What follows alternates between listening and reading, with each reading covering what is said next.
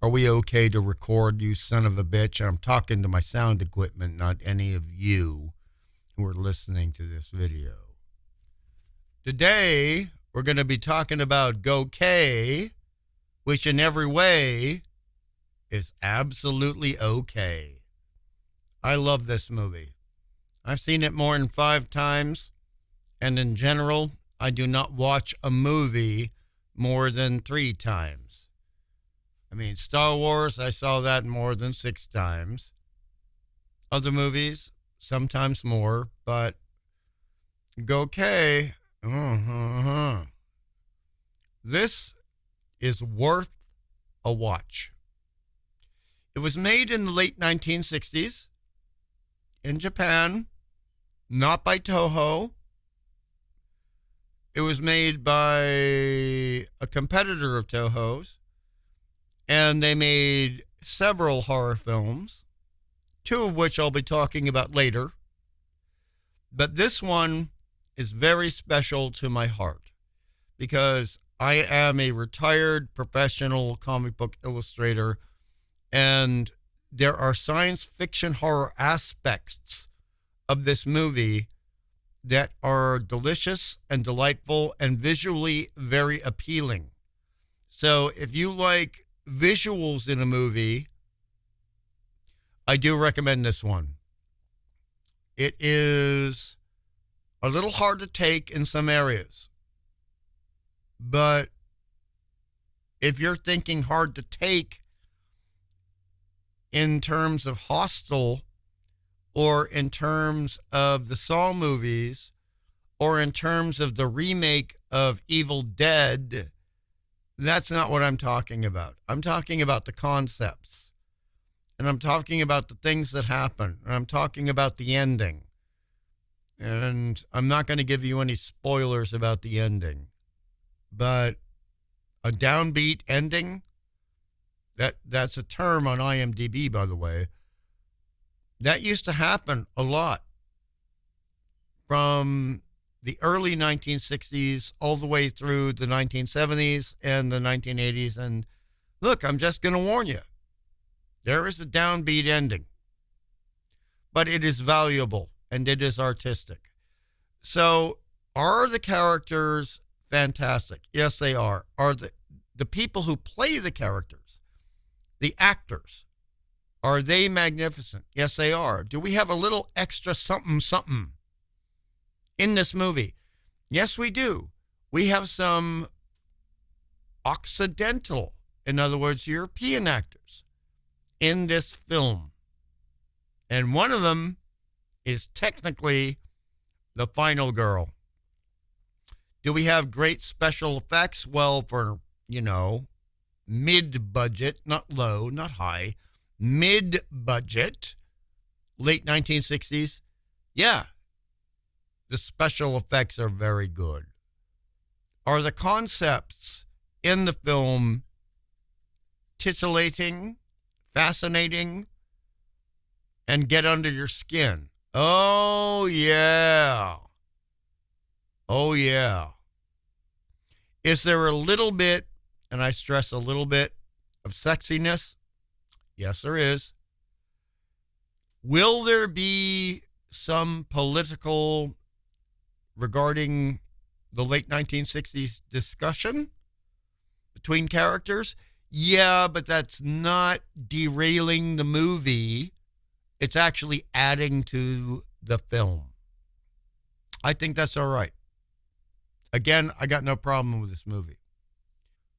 Do we have some grotesque visual effects?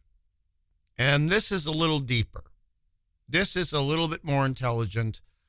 This has a little bit more going on between the ears, if you know what I mean, and I think you do, to quote the great Joe Bob Briggs. The movie is worth watching. It will creep you out. And you will be absolutely 100% hoping for a good result for the survivors of the story. And if you know horror films, you know what I mean by survivors. Anywho, high recommendation. Even out of 4 stars, I give it 5. I say check it out. Happy Halloween. Happy Hallow-tober. And that's all she wrote. Now, I'll be honest with you. I generally don't like the horror movies that wannabe frat boys enjoy. I'll just be honest. But I do enjoy some of those movies. Do I really like Friday the 13th, Jason Takes Manhattan? I'm not going to lie. I do enjoy that movie. Do I like the Outer Space Jason movie? Yeah, I do. But should that be the limitation to the kind of Halloween movies we watch? No, I don't think so. Is it going to make you feel glad you watched the movie? 100%. Is it going to leave you with a, I don't know if I like this feeling at the end of it? Most likely. Is it amazing and transcendent? If you can find the right copy, if you can find a decent copy of it, not the VHS copy, 100%. And do I think that artistically, particularly in the visuals, particularly in the cinematography, particularly in the color of the film, some magnificent fashions that are a time capsule that show you what 1968 was really like? Yeah, we do. Do we have a combination of a film which has numerous sets, but also has what is referred to as a bottle episode, where a lot of the film is contained within one set, and there's a lot of tension, and there's a lot of very hard to take interaction between the main characters? Absolutely. Is that necessary for a spooky, scary movie? Yes, it is. Okay. Part of me doesn't want to talk about this movie as much as I adore it, but the fact of the matter is, many people need to see this film.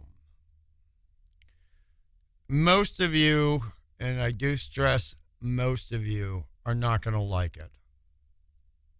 Because it is, by current standards, not by 1960s standards, it's made by the same people who made Gokay. All right? It's artsy. It is very intelligent. It is very, very emotional and psychological, and there are no boobages, and there is almost no gore, and you're not going to see any decapitations, and it is a spooky film, but it is the absolute antithesis of Hostel, the absolute opposite of any Saw movie, and it sure as heck is nothing akin to Cabin Fever. Is it delightful? Okay, to somebody in my mind, yes. To somebody of my artistic predilections, yeah. Is the cinematography brilliant? 100%. Is it a lie? Does it have an unreliable narrator like Jacob's Ladder? I hate that movie, by the way, because it lied at the end, and it basically meant that nothing that you saw at the end of it meant anything. I can't stand that crap. With The Living Skeleton, is everything regarding the narration of the film, the script, true? Can you believe that there are undead aspects to it? Yeah, you can. That's not a spoiler. The ghosts were not imagined. They were not. Do you have a absolutely magnificent female lead in the film? Oh, yeah, you do. But just like Gokey, I'm going to warn you, the ending is a bit hard to take. Is there romance in the movie? Yeah. I mean, if you can't handle a romance in a horror film, well, this is not the movie for you. It is the movie for me. Is the cinematography as good as Gokey? I would actually argue it is better, even though it is a black and white film. Is the choice of shots, the choice of layout, the choice of composition more artistic than Gokey? A little bit. But I'm not going to lie to you. A lot of people, they got a problem with watching a black and white horror film. They got a problem with watching something that needs subtitles. And to the best of my knowledge, this film has not been dubbed. I might be incorrect, but I think it has not been dubbed. Are the male characters enjoyable as much as the female characters? Yeah, I honestly think that the gender ratio is equal. Do we have a very, very hard to take scene at the beginning of the movie? Yeah, we do. Is that a lead up to a payoff? Is that a setup to a payoff by the end of the film? Oh, 100%. And are we left with the feeling that we never wanted to do bad things to people that led to undead spirits such as these? Yeah, we are. And does it make us feel sad, but in another way, dare I say, united? Yeah, I think it does. I think it does. So I'm not going to do a star rating. I'm just going to give a full recommendation for a film known as The Living Skeleton. In general, it's going to be relatively hard to find. And it's sad to say this week that the Internet Archive has been assaulted. But if you can find it, I recommend it. If you got a brain in your head.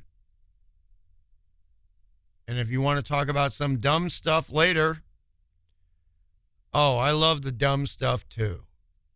I'm just not going to choose between the dumb stuff and films like The Living Skeleton or Gokey or even the few horror films Sam Neill made. Anywho, happy Halloween, happy Hallowtober, and big hugs to you all. Nighty-o.